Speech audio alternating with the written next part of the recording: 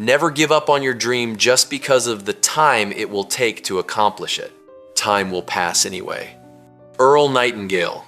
We often fear long stretches of time, yet we barely worry about losing the burning desire deep within our hearts. Faced with a great goal, the mind whispers seemingly rational excuses. It's too long, it's already too late, it's not worth the effort. But in reality, those are not true reason. They are merely the fear of delayed reward, disguised as a lack of patience in a sophisticated mask. That quote is a sharp blade slicing through this illusion. Time is neither an enemy nor a companion. It is a cold river, silently flowing through human life, whether you stand still or struggle against the current.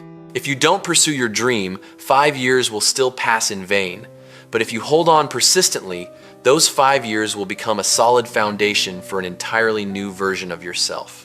The issue has never been how long it takes, but rather who you will become after that long journey. People tend to underestimate the benefits of things that come late and exaggerate the discomfort right in front of them. That's why many choose temporary safety instead of embarking on a long, challenging journey.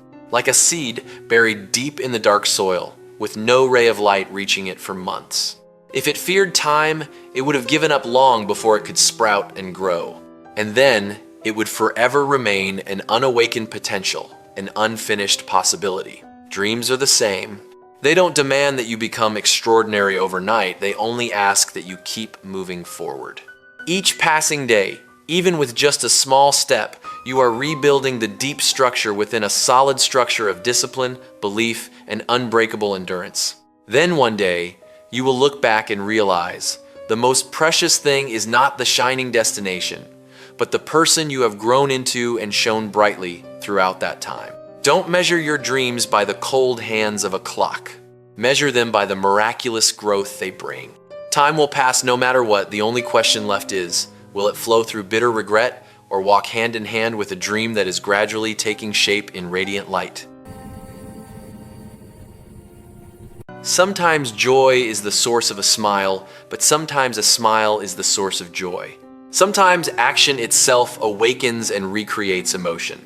A smile, which seems to be only a result, can actually become a profound cause. It is a magical cycle between body and soul.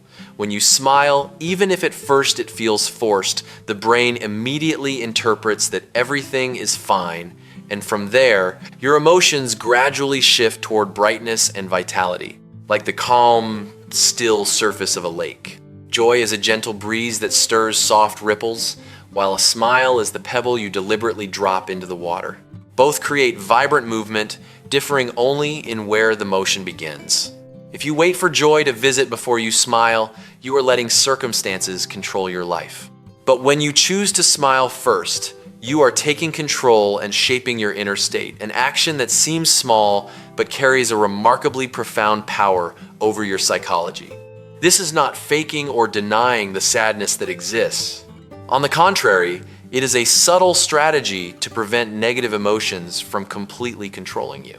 A smile is not necessarily a sign of complete happiness, yet it can be the door that opens the path to happiness. Like lighting a small match in a pitch-dark room, that tiny light does not immediately dispel the darkness, but it is enough to stop you from being completely lost in the gloomy night. A smile is not just a passive reaction to circumstances, but a meaningful, deliberate choice. And in moments when joy has not yet arrived, that very choice can become the first seed, nurturing a radiant, positive state from deep within your soul.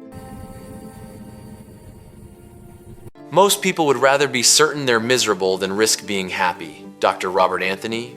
We fear happiness not because it is distant, but because it is full of uncertainty. It is a familiar dark corner where people would rather cling to certain unhappiness than risk stepping into the fragile possibility of happiness. Because unhappiness, no matter how harsh, still gives a sense of control. We know what tomorrow will bring.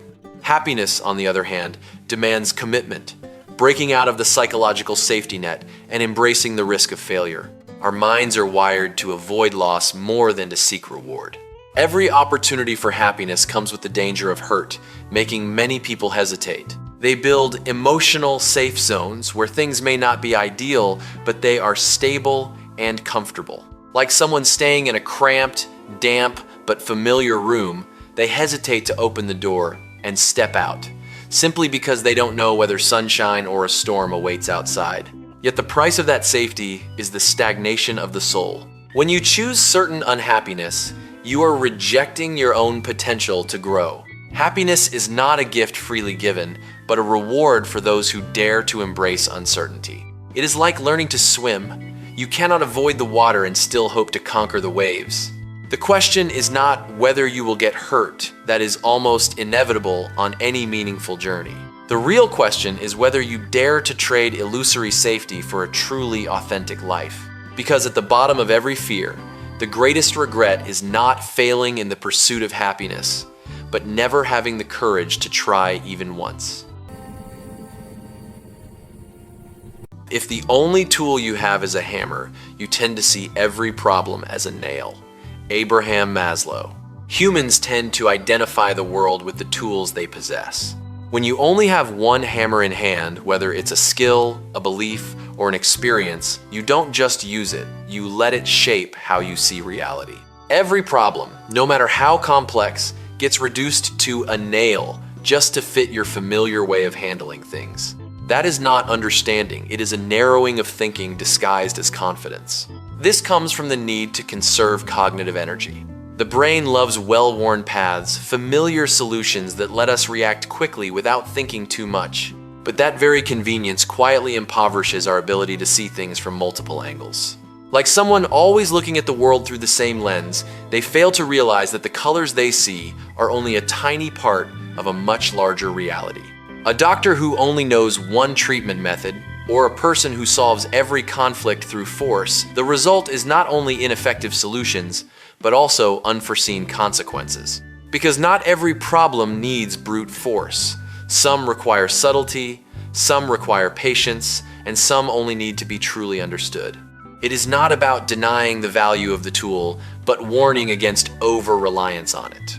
Intellectual maturity is not about owning a stronger tool, but knowing when to put the hammer down and find a different approach.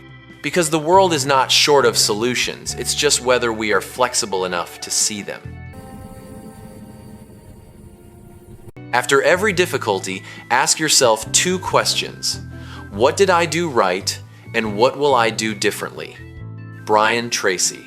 After every setback, the natural human reflex is to judge ourselves or blame others. Both extremes keep us trapped in the past instead of moving forward. What did I do right, and what will I do differently? Open a path of psychological restructuring. They force you to look at yourself fairly, to find the bright spots amid the chaos, the right decisions, the worthwhile efforts. It is not about self-comfort, but about preserving the foundation of self-confidence and preventing you from unconsciously denying your entire worth because of one failure. An act of mature intelligence. Instead of tormenting yourself with, why did this happen? You shift to, how will I do it differently next time? That is the moment you stop being a victim of circumstances and begin to design your own behavior. These two questions, when used together, create a balancing mechanism. One keeps you from collapsing, the other pushes you forward. Every difficulty is like a distorted mirror. If you only look at the mistakes, you will see a warped, negative version of yourself. But when you deliberately ask these two questions, you are adjusting your perspective, turning that mirror into a tool for more honest reflection. You no longer see only that you were wrong, but also that you have learned. The art of turning experience into wisdom. A mature person is not someone who never makes mistakes, but someone who knows how to extract meaning from them. And over time, the habit of asking these two simple questions will quietly reprogram your inner operating system from emotional reactions to purposeful thinking, from chaos to directed growth. The best revenge is massive success. Frank Sinatra. When insulted, belittled, or abandoned, the instinctive human reaction is to respond quickly, directly, and often emotionally. But that kind of revenge only keeps you stuck at the same level of consciousness as the person who hurt you. When you choose success as your answer, you are playing an entirely different game.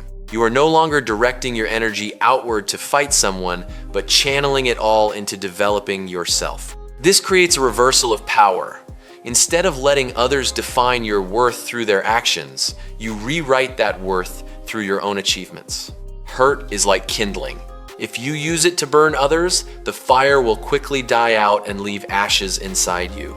But if you use it to fuel your inner engine, it becomes fuel for a long journey. Success, in this case, is no longer a material destination, but the expression of an inner transformation where you no longer need to prove anything, yet your growth itself becomes the clearest answer. When you truly succeed, you no longer feel the need to take revenge. The initial negative emotions gradually lose their meaning, like a wound that is healed and you no longer remember how much it once hurt. And that is the pinnacle of victory, not because you are better than others, but because you have risen above your own weaker self. Your problem is, you're too busy holding on to the feeling that you're not worthy. Ram Dass.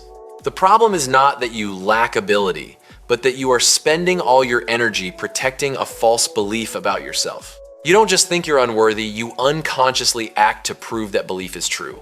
We always seek consistency. If you believe you're not good enough, you will avoid opportunities, procrastinate, or sabotage yourself at the last moment just to keep that belief intact. Like someone used to living in a dark room, they begin to fear the light, not because light is dangerous, but because it would force them to see themselves in a completely different way. The feeling of unworthiness is not truth at its core. It is a story repeated long enough to become reality in your perception. And the most dangerous part is, you don't just believe it, you protect it. You reject compliments, doubt your successes, and shrink yourself to fit that old, outdated image. But try looking at it differently. If you can spend that much energy maintaining a negative belief, then you can also use that same energy to build a new one. Not through empty affirmations, but through small actions, steps that may not be perfect yet, but are enough to break the old cycle. The issue has never been whether you are worthy or not. The issue is whether you are willing to stop proving that you are unworthy. Because the moment you stop clinging to that story, a new space opens up, a space where you don't need to be perfect to begin, but only need the courage to stop limiting yourself. It doesn't matter what people call you. What matters is what you answer to. W.C. Fields. People are often obsessed with how the world labels them, the tags, definitions, and seemingly harmless praises or criticisms that quietly shape their identity. But this quote reverses that order. What matters is not the sound coming from outside, but the name you choose to answer with from within. Because other people's words are merely signals, your response is the interpretation. And that interpretation creates the psychological reality you live in. Every label is a distorted mirror. Some call you not good enough, others call you outstanding. But if you are not conscious, you will unconsciously pick one mirror and believe the reflection is your true self. When you answer with a name, whether confident or insecure, you are signing an invisible contract with yourself. This is who I am. The power of self-perception. You cannot control what others say, but you can completely control how you name yourself. If you keep answering with small names, you will shrink your behavior to match them. On the contrary, if you choose a bigger name, the version you are striving to become, you begin to act as if you already are that person. You don't need to fight back or prove anything to the world. Real change happens in silence, when you no longer let external labels determine your inner limits. Because in the end, your life is not written by what others call you, but by the name you have the courage to call yourself repeated again and again until it becomes truth. The more satisfied you are with yourself, the less you need to show off. Robert Hand. When someone is truly satisfied with themselves, they no longer feel the need to signal to the world for validation. This quote touches a profound truth. Showing off usually comes not from abundance, but from lack. It is like an echo in an empty room. The emptier it is inside, the louder the sound outside. The need to show off is a compensation mechanism. When you don't truly believe in your own worth, you borrow other people's gaze to feel enough. But the problem is, external validation always has an expiration date. It needs to be repeated and constantly fed, trapping you in a cycle of dependence. The more you show off, the more you need confirmation, and the more insecure you feel when you don't get the expected response. However, when you are truly satisfied with yourself, your worth no longer depends on whether others see it or not. It is like a steady flame burning inside, no need to flaunt it, no need to prove it, yet warm enough that you don't have to seek warmth elsewhere. You can still share your achievements, but not to fill a void, but to spread joy. The less you try to impress, the stronger the impression you create. Because people can sense the difference between someone who is performing and someone who is simply being. An authentic presence without showing off or forcing it is the rarest and most enduring form of confidence. Good things come to those who work hard. Chuck Noll. How people interact with opportunity. Good things don't always come looking for you. They often exist in hidden form, scattered in moments that only the persistent can reach. Hard work, therefore, is not just repeated action, but a process of sharpening perception, helping you see possibilities that others overlook. Hard work creates an invisible compounding effect. Every small effort, even if it doesn't bring immediate results, contributes to reshaping the person inside you more disciplined, sharper, and more resilient. And it is this upgraded version of yourself that attracts good things. Not because the universe rewards effort, but because you have become someone capable of recognizing and seizing opportunities when they appear. Imagine two people standing in front of the same door. One knocks a few times and walks away because there is no answer. The other keeps knocking patiently, even trying different ways to open the door. When the door finally opens, outsiders may call it luck. But in reality, it is the result of persistent presence and continuous trying. Hard work does not guarantee that everything will go your way, but it guarantees that you will not stand still. And in a world where most opportunities belong to those who stay when others have given up, hard work is the quietest yet most enduring advantage. Not everyone who works hard succeeds immediately, but almost no lasting success lacks the mark of hard work.